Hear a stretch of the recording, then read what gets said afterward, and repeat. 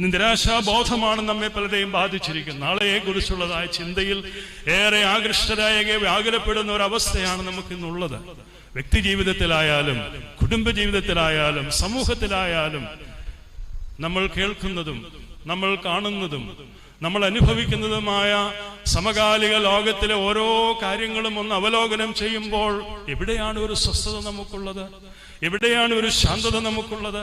എവിടെയാണ് ഒരു പ്രത്യാശ നമുക്കുള്ളത്? ഇതെല്ലാം നഷ്ടപ്പെട്ട അല്ലെങ്കിൽ നഷ്ടപ്പെടുന്ന കൊതുകിനെ പോലെ മനുഷ്യരെ വെട്ടിമുറിക്കുന്ന മനോഭാവമുള്ള മനുഷ്യരുടെ മധ്യയാണ് ഞാനും നിങ്ങളും വസിക്കുന്നത് എന്നുള്ളത് നമ്മയെല്ലാം നൊമ്പരപ്പെടുത്തുന്ന ഓർമ്മകൾ മാത്രമല്ല, യാഥാർത്ഥ്യങ്ങളാണ് പ്രിയമുള്ളവർ. അവിടെയാണ് കർത്താവിന്റെ കരങ്ങളിൽ സുരക്ഷിതരായിരിക്കാൻ വേണ്ടി പരിശുദ്ധാത്മാവിന്റെ നിറവുള്ളതായ അനുഭവമുള്ളവരായി തീരുവാൻ വേണ്ടി നമ്മൾ നിരന്തരമായ പ്രാർത്ഥനയിലൂടെ ആരാധനയിലൂടെ കാത്തിരുന്ന് പ്രാർത്ഥിക്കേണ്ടുന്ന ഒരു സമൂഹമായി നമ്മൾ മാറ്റപ്പെടേണ്ടിയിരിക്കുന്നു. അവിടെയാണ് ഒരു ദൈവാലയത്തിന്റെ പ്രസക്തി, അവിടെയാണ് ആരാധനയ്ക്കായി കൂടി വരുന്ന ചെറിയ സമൂഹത്തിന്റെ ആരാധനാ സമൂഹത്തിന്റെ പ്രസക്തിക്ക് കൂടുതൽ സാധ്യതകൾ നമുക്ക് കാണുവാൻ സാധിക്കും. അതാണ് അപ്പോസ്തലന്മാരോട് ഉദ്ധാനം ചെയ്ത ക്രിസ്തു നിങ്ങൾ കാത്തിരുന്ന് പ്രാർത്ഥിപ്പിരുന്നു. അങ്ങനെ കാത്തിരുന്ന് പ്രാർത്ഥിക്കുന്നിടത്താണ് പരിശുദ്ധാത്മാവിന്റെ ആവാസം ഉണ്ടാകുന്നത്. അങ്ങനെ കാത്തിരുന്ന് പ്രാർത്ഥിക്കുന്ന ഇടങ്ങളിലാണ്, അങ്ങനെ കാത്തിരുന്ന് പ്രാർത്ഥിച്ച് ആരാധന നടത്തുമ്പോഴാണ് വിശുദ്ധ കുർബാനയിലൂടെയാണ് പരിശുദ്ധാത്മാവിന്റെ വ്യാപരിക്കൽ.